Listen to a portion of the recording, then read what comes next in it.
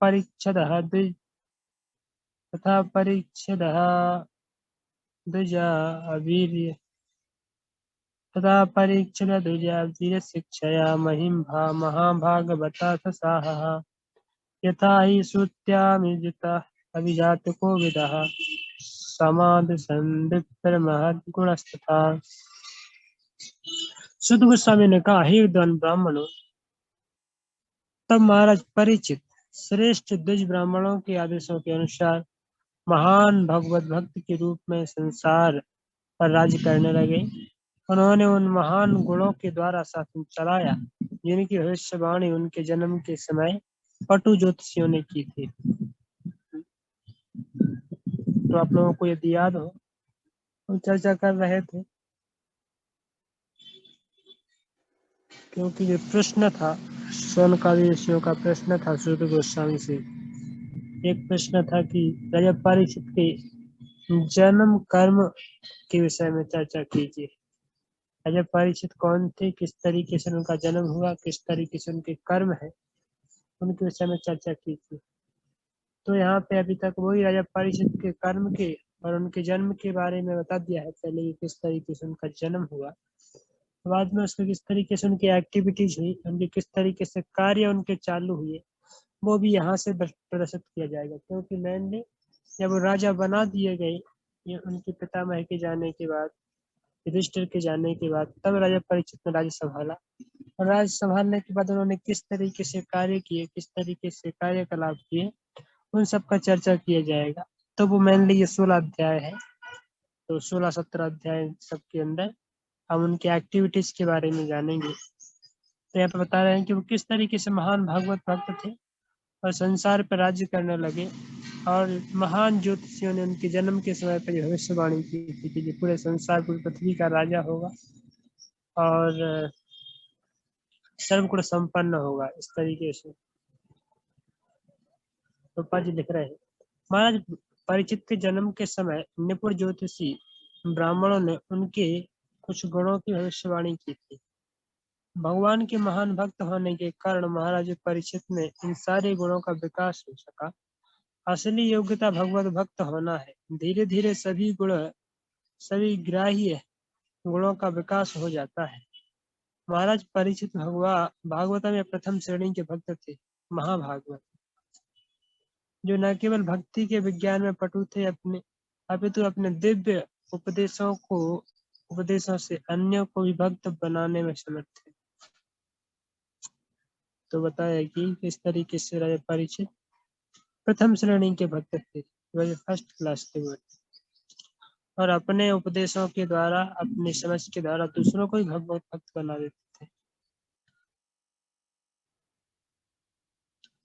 और जब उनके पिताजी चले गए, फिर पितामह चले गए, और उनके जाने के बाद उन्होंने बड़े बड़े मुनियों और ब्राह्मणों ने से राय लिया कि किस तरीके से शासन करना चाहिए।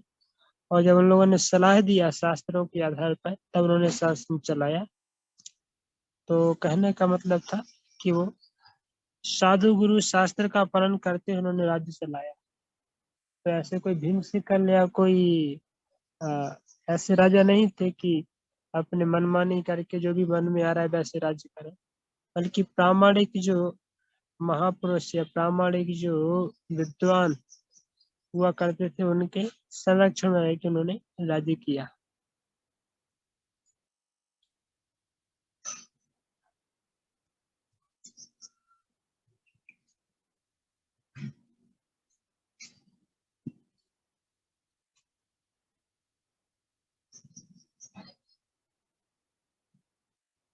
पापा जी लिख रहे हैं कि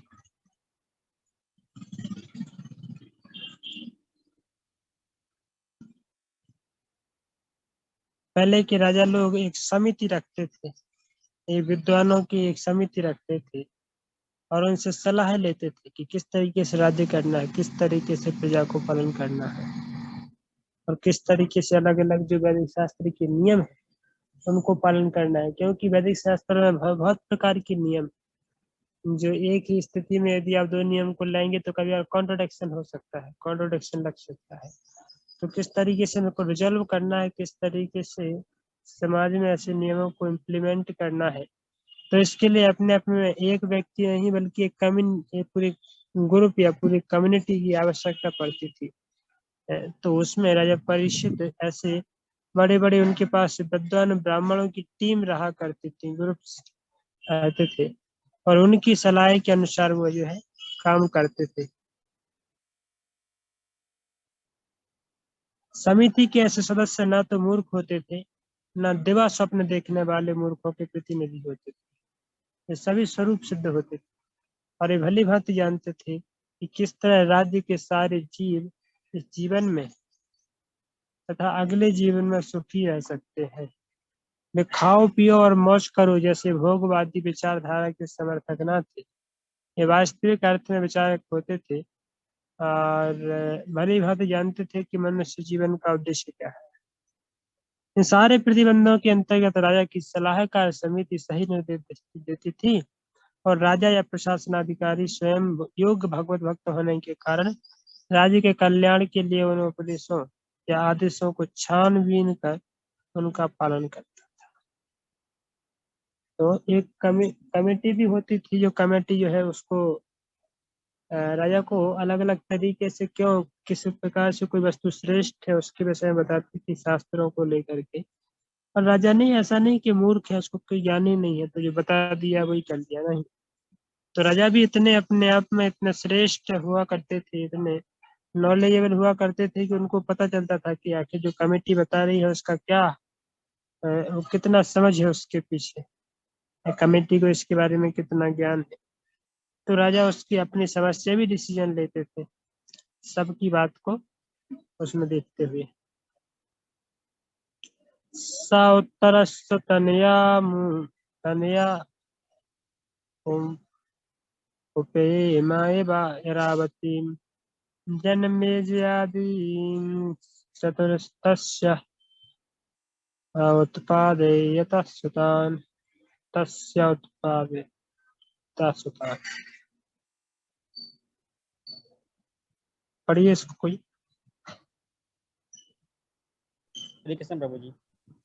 राजा परीक्षित ने राजा उत्तर की पुत्री इरावती से विवाह किया और उससे उन्हें ज्येष्ठ पुत्र महाराज जनमेजय सहित 4 पुत्र प्राप्त हुए। तात्पर्य पढ़ना प्रभु जी। हाँ पढ़िए।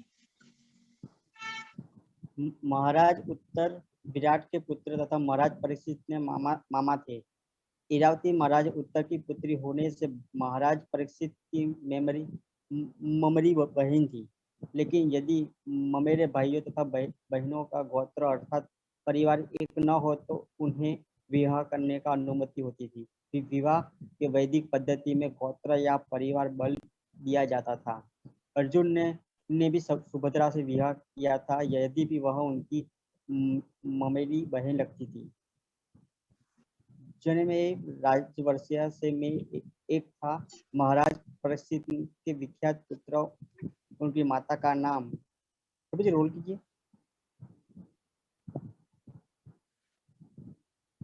इरावती अथवा कुछ लोगों के अनुसार माद्रवती था। महाराज जन्मेजय के 2 पुत्र हुए जिनके नाम थे ज्ञानातिक तथा शंकुकर्ण। उन्होंने कुरुक्षेत्र तीर्थस्थल पर अनेक यज्ञ किए। उनके 3 छोटे भाइयों के नाम सुसेन, उग्रसेन और भीमसेन द्वितीय थे। उन्होंने तक्षशिला, अजंता पर आक्रमण किया और अपने महान पिता महाराज परीक्षित को दिए गए अवैध शाप का बदला लेने का निश्चय किया। उन्होंने तो जी अपने पिता को डसने वाला तक्षक सहित सर्पों का संपूर्ण जाति को विनिष्ट करने के लिए सर्प यज्ञ किया, किंतु अनेक प्रभावशाली देवताओं तथा मुनियों के आग्रह पर उन्हें संपूर्ण सर्प जाति को विनिष्ट करने का अपना निर्णय बदलना पड़ा। किंतु यज्ञ बंद करने का बावजूद उन्होंने यज्ञ से संबंधित प्रत्येक व्यक्ति को समुचित पुरस्कार देकर उन्हें संतुष्ट किया।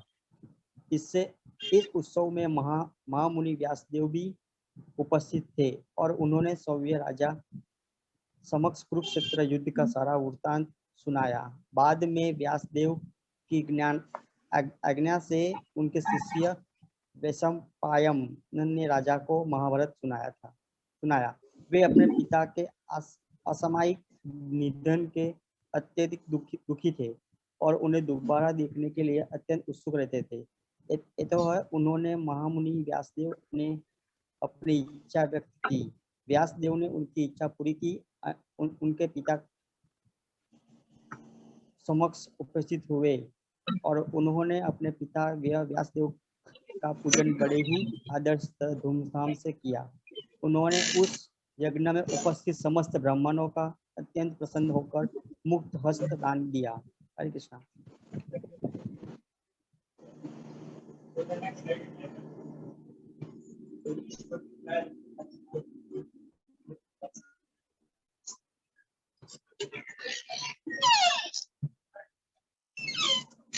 ओके, तो ये क्लियर ही हो गया लगभग सबको कि कौन थे। राजा परीक्षित और उनके पुत्र बाद में जन्मेजय हुए, और जन्मेजय ने बड़ा यज्ञ किया था एक, जो सारे के सारे सांपों को जलाने के लिए उन्होंने यज्ञ किया था।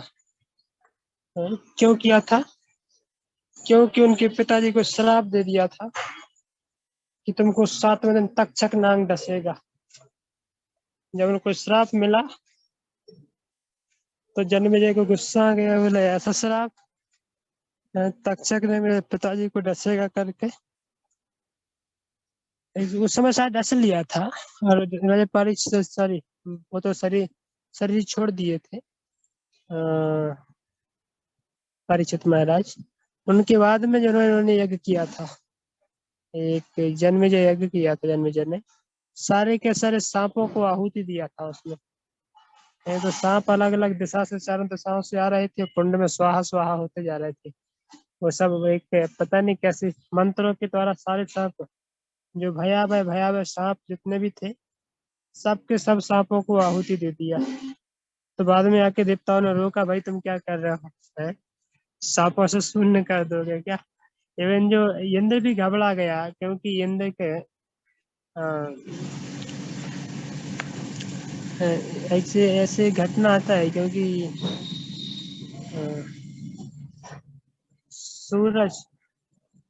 सूरज के पास या तो इंद्र के पास, उनके पास भी सांप का वो रहता है।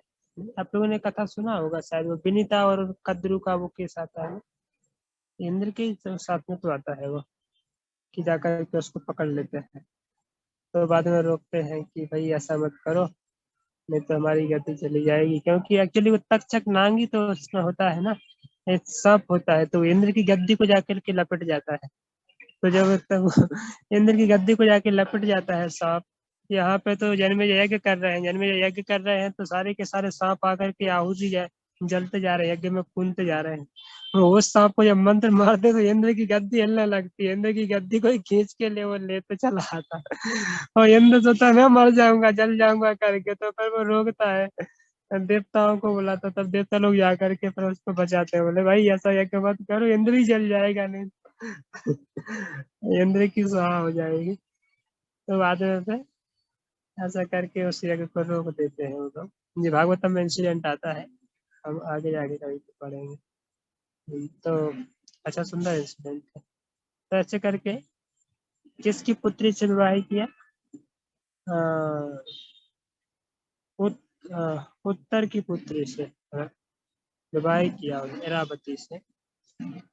उत्तर और उत्तरा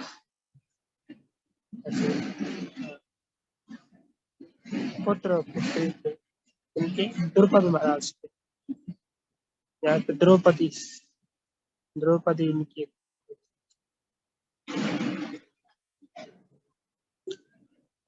आगे बढ़,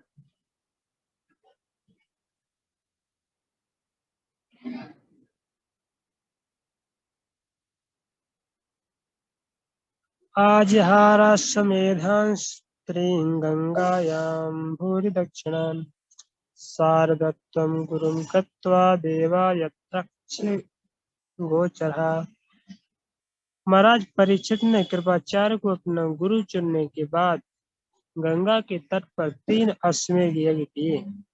इन्हें आगंतुकों एवं निमंत्रितों को पर्याप्त दक्षिणा देकर संपन्न किया गया। इन यज्ञों में सामान्य लोग भी देवताओं का दर्शन पा सके। तो पहले के यज्ञ लोग, जब राजा परीक्षित, देखिए आज से ज्यादा समय नहीं हुआ है इन लोगों को, राजा परीक्षित तो भगवान आज से 5000 साल पहले भगवान यहाँ पे थे। और भगवान के जाने के बाद काफी लंबे समय तक युधिष्ठिर ने शासन किया। युधिष्ठिर के जाने के बाद परीक्षित महाराज ने शासन किया कलयुग के काफी लंबे समय तक। और परीक्षित के जाने के बाद भी जन्मेजय यज्ञ कर रहे हैं। जन्मेजय ने 3 यज्ञ किए, जहाँ पर देवता लोग भी आकर के भाग लेते थे। देवता लोगों को ऐसे लोग मिलते थे, तो उस समय देवता लोगों के ऐसे दर्शन हुआ करते थे। आज कहीं दिखाई देते हैं क्या? आज शराबी देवता दिखाई देते हैं। शराब पी के आते हैं, बोलते मैं भगवान हूँ।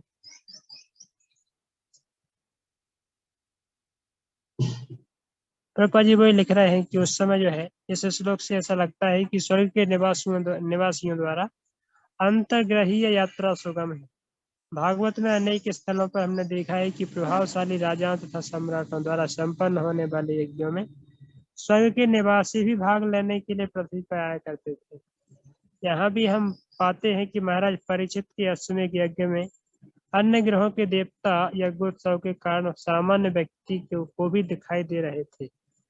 सामान्यतया आम लोगों को दृष्टिगोचर नहीं होते, ठीक उसी तरह जिस तरह भगवान नहीं दिखते, किंतु जिस तरह भगवान सामान्य व्यक्ति के लिए दृश्य होने के निमित्त अपनी अहेतु की कृपा अवतरित करते हैं, तो उसी तरह देवता लोग भी सामान्य व्यक्ति को दृष्टिगोचर होते हैं अपनी शक्ति से।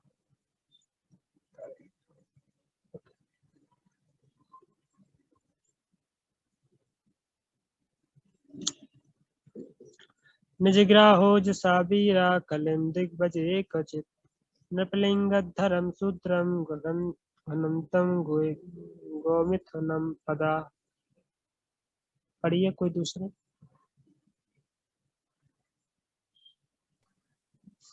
हरे कृष्ण प्रभु जी। हाँ, एक बार जब महाराज परीक्षित विश्व दिग्विजय करने निकले तो उन्होंने देखा कि कलियुग का स्वामी, जो शूद्र से भी निम्न था, राजा का वेश धारण करके गाय तथा बैल की जोड़ी के पांवों पर प्रहार कर रहा था। राजा ने उसे पर्याप्त दंड देने के लिए तुरंत पकड़ लिया। तात्पर्य: दिग्विजय करने के लिए राजा के बाहर निकलने का उद्देश्य आत्मश्लाघा नहीं है। महाराज परीक्षित सिंहासन पर बैठने के बाद दिग्विजय करने निकले थे, किंतु यह अन्य राजाओं के उत्पीड़ित के उद्देश्य से नहीं था। वे विश्व के सम्राट थे और समस्त छोटे छोटे राज्य उनके अधीन ही थे।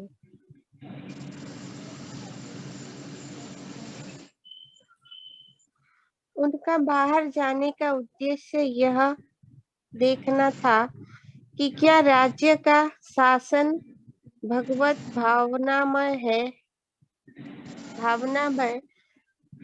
ढंग से चल रहा था कि नहीं।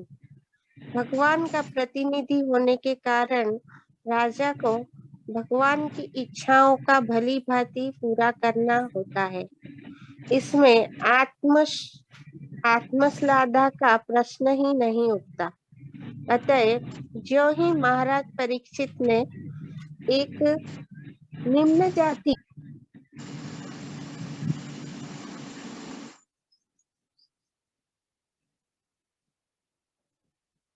कि आपकी आवाज नहीं आ रही, कुछ इशू हुआ है। तो मेरी आवाज जा रही है बाकी लोगों को? जी प्रभु जी आ रही है। ओके, तो इस श्लोक में बताया गया है कि किस तरीके से दिग्विजयी थे, है ना। महाराज परीक्षित दिग्विजयी राजा हुआ करते थे। पहले जो अलग अलग प्रकार के यज्ञ हुआ करते थे, तो उसमें राजा दिग्विजयी माने जाते थे, है ना। तो ये राजा परीक्षित के समय तक राजा से दिग्विजय हुआ करते थे, जहाँ पर वो घोषणा करते थे, विजय की घोषणा करते थे कि वो सबसे बड़े सम्राट हैं।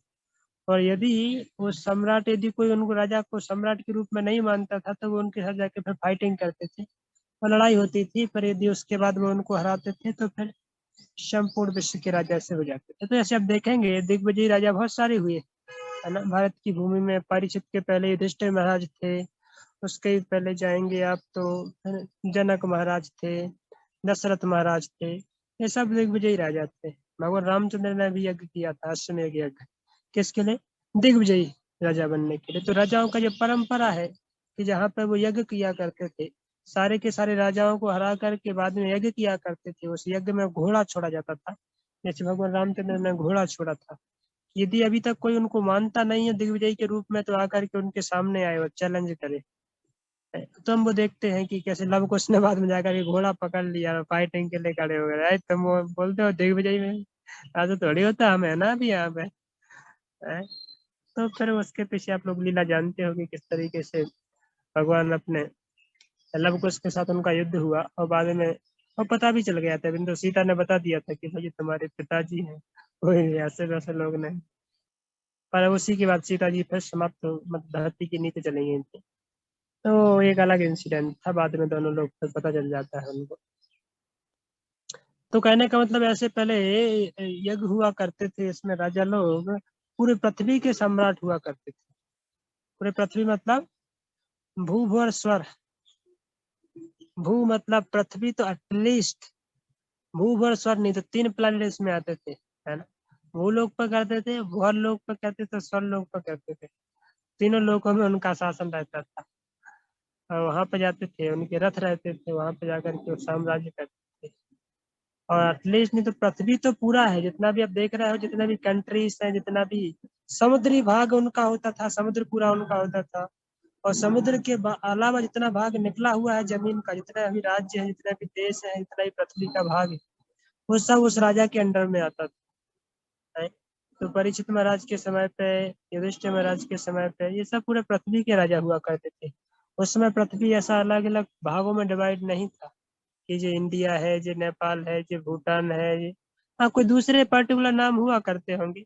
ऐसे कोई यवनों का जगह है, यवन लोग रहते हैं कहीं पर, शूद्र या कहीं पर।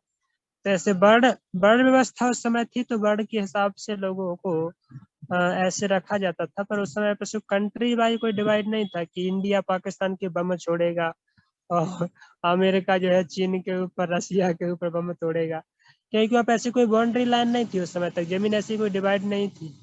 तो इसलिए कोई युद्ध नहीं हुआ करते थे और पूरा का पूरा राज्य एक ही राजा के अंडर में हुआ करता था। तो इसलिए इस प्रकार की कोई संभावना नहीं होती थी, क्योंकि सारी के सारे पृथ्वी का राजा एक ही है। पर अभी क्यों? क्योंकि सब बांट दिया और सबका अपना अपना एक इंडिपेंडेंट वो कर दिया, तो सब लड़ाई करते रहते हैं, पागल लोग। राजा नहीं है एक, इसलिए।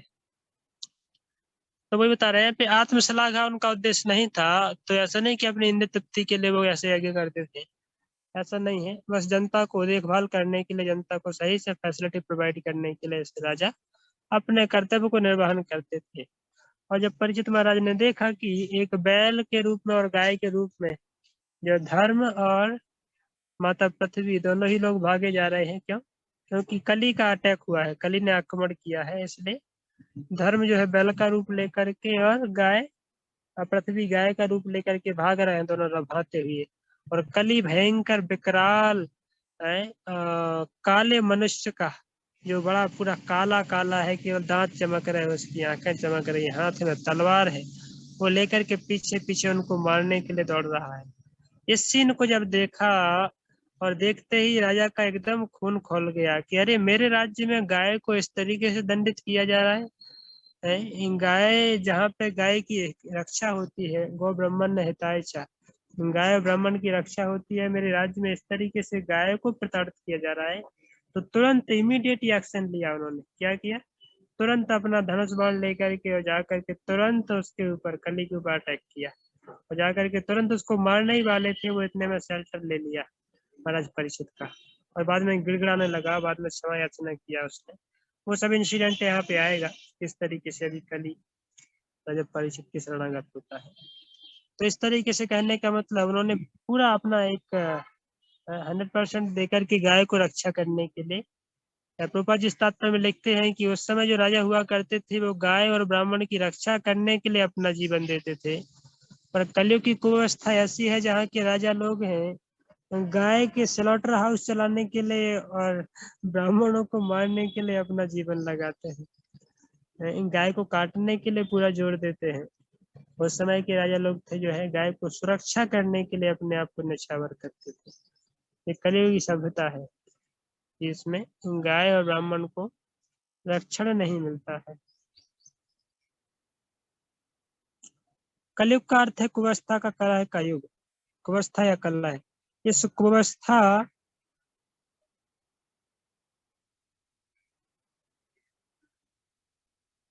क्या हो गया? ओके,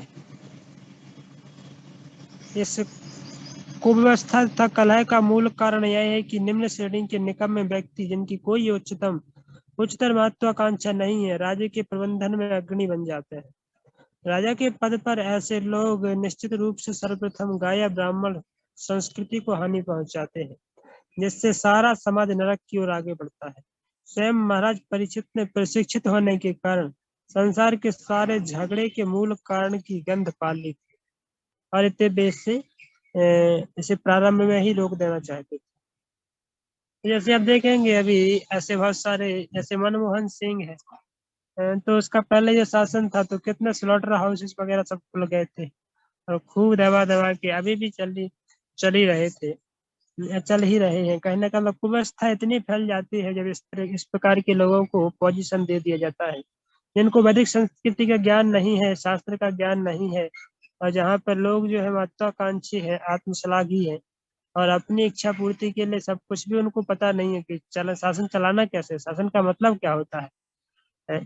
तो इस तरीके से एक बोल सकते हैं कि बहुत ही खतरनाक स्थिति पूरे देश में या पूरे विश्व में फैल जाती है कि किस तरीके से लोग केवल अपनी इंद्रिय तृप्ति के लिए काम करने लगते हैं। श्री शौनक उवाच कस्तेजो निर्जरग्राह कलिं दिग्विजये नृपा निर्देवच्छिन्न शूद्रो सौगाम यः पदाहन तत्कथ्यतां महाभागा यदि कृष्ण कथाश्रयम्। पढ़िए, कोई पढ़ना चाहते हैं? हरे कृष्ण प्रभु जी। शौनक ऋषि से पूछा, महाराज परीक्षित ने उसे केवल दंड क्यों दिया जबकि वह शूद्रों में अधम था। उसने राजा का वेश बना रखा था तथा गाय पर पाद प्रहार किया था। ये सब घटनाएं यदि भगवान कृष्ण की कथाओं से संबंधित हो तो कृपया इनका वर्णन करें। शौनक तथा ऋषिगण यह सुनकर विस्मित थे कि पुण्यात्मा महाराजा परीक्षित ने अपराधी को केवल दंड ही क्यों किया, उसे मार क्यों नहीं डाला। इससे यह सूचित होता है कि महाराज परीक्षित जैसे पुण्यात्मा महाराज को चाहिए कि वह ऐसे अपराधियों को तुरंत मार डाले जो राजा का वेश बनाकर जनता को ठगता है और साथ ही पवित्रतम पशु गाय को अपमानित करने का दुस्साहस करता है। उस काल के ऋषियों ने यह स्वप्न में भी कल्पना नहीं की थी कि कलयुग के अग्रगामी दिनों में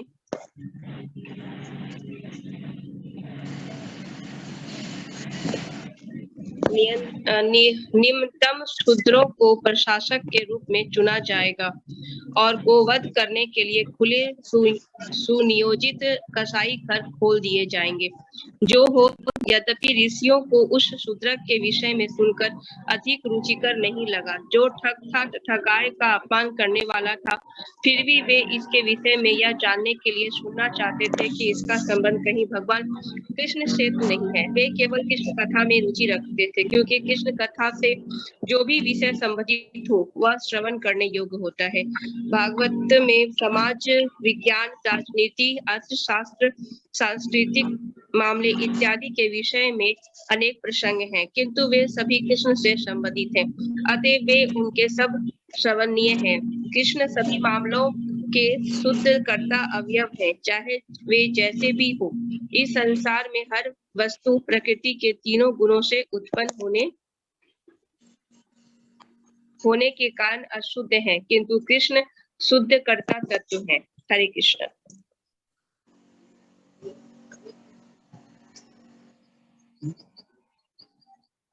तो यहाँ पे एक बहुत इम्पोर्टेंट पॉइंट बता रहे हैं कि यदि कृष्ण कथा से संबंधित हो तो उसका चर्चा कीजिए। तो यद्यपि इतने बड़े प्रश्न को उठाया जा रहा है कि किस तरीके से राजा परीक्षित ने कली को, जो एक राजा के रूप में आया था चीट करने के लिए, राजा के रूप में उसने आक्रमण किया, जैसे कली के ऊपर आक्रमण तो किया, चूंकि महाराज परीक्षित ने बचाने के लिए सब कुछ किया, पर इस घटना को हमें सुना यदि वो कृष्ण की लीलाओं से संबंधित है तो। यदि कृष्ण कथा उसमें होती है तो उसको सुनाइए कि कैसे जाकर के उन्होंने गाय का या ब्राह्मणों का रक्षा किया और किस तरीके से सारी चीजों को वो किया। तो यदि कृष्ण कथा से संबंधित नहीं है तो लास्ट में जाकर के क्या मतलब है? जैसे आजकल के एक देश दूसरे देश से उस देश के ऊपर अटैक करता है और आपके पास आप देख रहे हो न्यूज में चल रहा है कि रसिया ने अमेरिका के ऊपर अटैक कर दिया, अमेरिका ने रसिया के ऊपर, या जो भी। तो क्योंकि वो कृष्ण कथा से संबंधित नहीं है, उसमें कोई कृष्ण टॉपिक नहीं है, इसलिए लोग उसमें ज्यादा रुचि नहीं लेते, क्योंकि वो क्या है, ये भौतिकतावादी पॉलिटिक्स से ही चलते बड़े बड़े पार्ट है। पर यदि कोई वस्तु एक कृष्ण भक्तों से संबंधित है, कृष्ण कथा से संबंधित हो जाती है, तो फिर वो श्रवण योग्य विषय हो जाता है, क्योंकि कृष्ण हमारे मेन ऑब्जेक्ट, सुनने के लिए, बात करने के लिए, गाने के लिए, जो भी हम हमारे जीवन में करते हैं वो कृष्ण कथा है, कृष्ण से संबंधित होना चाहिए। तो यहाँ पे उसी विषय को महत्व दे रहे हैं शौनक आदि से। और पता है कि मार क्यों नहीं डाला उसको? यदि वो इतना ही पापी था, इतना ही दुराचारी था, तो मार डालना चाहिए था ना, ताकि ये आगे नहीं बढ़ता। तो बोलता जा रहा है कि राजा परीक्षित का तो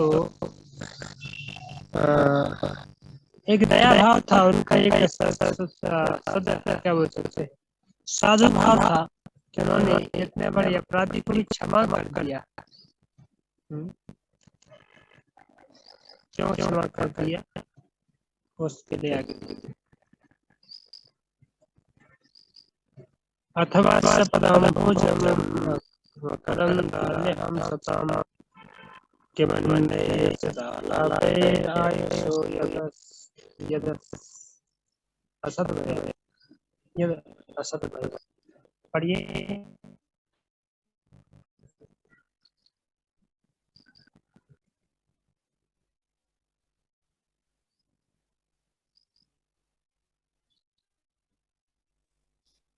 कोई पढ़ते हैं? अब मुझे स्क्रीन